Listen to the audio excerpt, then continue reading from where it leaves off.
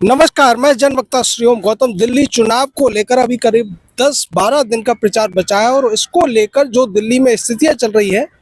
हम उनसे आज आपको अवगत कराना चाहते हैं।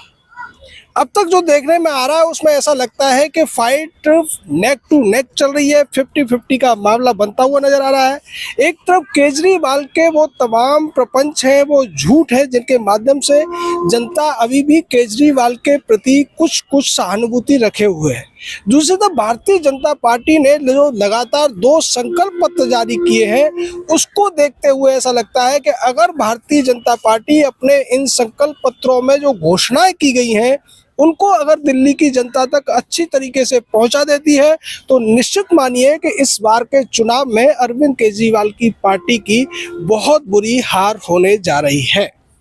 इस पूरे चुनाव में तीसरा फैक्टर जो कांग्रेस है, कांग्रेस का प्रचार कुछ सीटों पर तो नजर आता है लेकिन हर सीट पर कांग्रेस का प्रचार देखने को नहीं मिल रहा है। और इसकी वजह यह भी हो सकती है कि शायद कांग्रेस भी ये मानकर चल रही है कि वो सत्ता में वापसी नहीं कर सकती है और अगर कांग्रेस को कोई वोट मिलेगा तो उसका सबसे ज्यादा नुकसान किसी को होगा, वो अरविंद केजरीवाल की पार्टी को होगा और फायदा अगर किसी को होगा तो भारतीय जनता पार्टी को होगा। यही वजह है कि कांग्रेस चुनाव लड़ती हुई तो दिख रही है लेकिन उस जोर शोर के साथ नहीं दिख रही है जैसा कि कोई भी पार्टी किसी भी चुनाव में जोर लगाकर ऐसा करती हुई नजर आती है। बात करते हैं भारतीय जनता पार्टी की उन घोषणाओं की जिन्हें पहुंचाना बहुत ज्यादा जरूरी है जनता तक। अगर भारतीय जनता पार्टी को चुनाव जीतना है तो उन्हें निश्चित तौर पर उन्होंने अपने जो 2 संकल्प पत्रों में घोषणाएं की हैं उन सभी घोषणाओं को पहुंचाना पड़ेगा जनता तक। तभी जो जनता की आंखों पर या जनता के मन में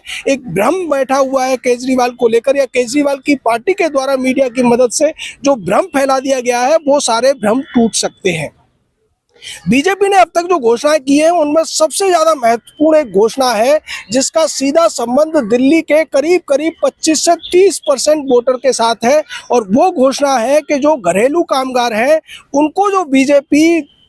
15 लाख का जो 10-15 लाख का जो एक जीवन बीमा देने वाली है और 5 लाख का जो एक्सीडेंटल बीमा देने के साथ साथ उनके बच्चों को जो छात्रवृत्ति की बात की गई है वो एक लैंडमार्क डिसीजन हो सकता है भारतीय जनता पार्टी की तरफ से। और अगर भारतीय जनता पार्टी के कार्यकर्ता, उनकी टीम या उनका मीडिया मैनेजमेंट इस बात को दिल्ली की 25 से 30% जनता जो कि ज़्यादातर झुग्गियों में रहती है या फिर किराएदार के तौर पर छोटी छोटी जो अवैध बस्तियाँ जिन्हें कहा जाता है, जो अनरेगुलर बस्तियाँ जो होती हैं उनमें रहने वाले उन लोगों तक अगर ये बात पहुंच जाती है तो निश्चित मानिए कि वो सारा का सारा वोट बैंक बीजेपी की तरफ मुड़ता हुआ नजर आएगा। और अगर वो मुड़ता है तो उसकी वजह से सबसे बड़ा नुकसान अरविंद केजरीवाल को होने वाला है। अरविंद केजरीवाल की पार्टी की करारी हार हो सकती है इस एक स्टेप से।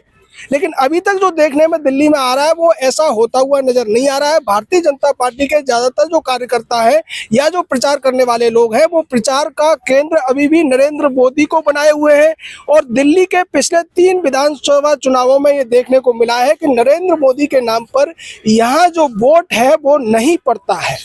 भारतीय जनता पार्टी का एक 32 से 35% का वोट है जो हमेशा इंटैक्ट रहता है, वो कहीं नहीं जाता है। लोकसभा चुनावों में वो वोट बढ़ के 50 के आसपास हो जाता है लेकिन जैसे ही विधानसभा चुनाव होता है वो फिर से घटकर 32 से 38 के बीच में आ जाता है। और इसी वोट की वजह से 3 बार अरविंद केजरीवाल की पार्टी को लैंडस्लाइड विक्ट्री यहाँ पर देखने को मिली है। और अगर उसको केजरीवाल के इस भ्रम को तोड़ना है तो निश्चित तौर पर भारतीय जनता पार्टी को अपने कार्यकर्ताओं को घर तक भेजना पड़ेगा, उन्हें वो संकल्प पत्र की बातों को समझाना पड़ेगा। अगर वो ऐसा करने में कामयाब हो जाते हैं तो निश्चित मानिए कि इस बार के चुनाव में भारतीय जनता पार्टी जीतने वाली है। जय हिंद, जय भारत।